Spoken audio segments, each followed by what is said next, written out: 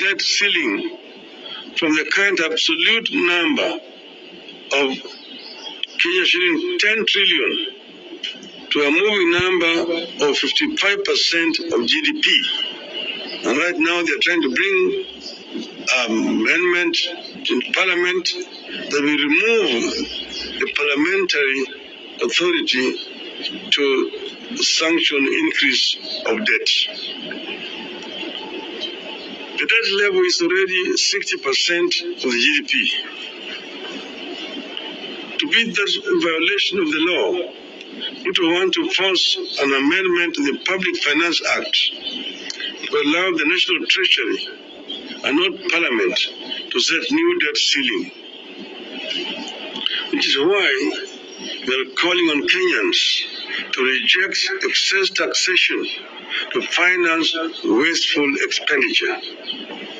It is urgent that we bring RUTO back to Earth because he lives on another planet. As this bill heads to the National Assembly, we must remind RUTO that excessive taxation is stifling growth. We must tell RUTO that when people have to park cars at home because of cost of fuel, it is bad for the economy. You must tell him that when Kenyans postpone traveling up country because they can't afford fuel or fare, it is bad for the economy. You must tell him that when people choose to stay indoors because they want to spend less on expensive goods, it is bad for the economy. And you must tell him that these things are happening now here in this country. Rather than burden Kenyans, we want RUTO to undertake the following. 1. Stop duplication of county roles and responsibilities. In the proposed bill, budget for health is growing by 35 billion shillings at the national level, yet health is a devolved function. 2. Adopt a zero-based budgeting. Don't take the previous budget as the baseline.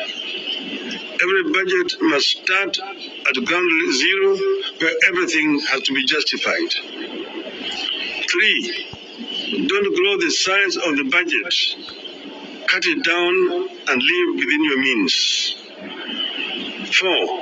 Instead of imposing new taxes, see the loopholes that lead to the loss of revenue.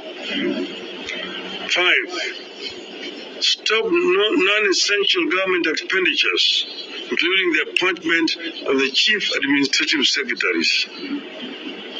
6. Reduce the size of government.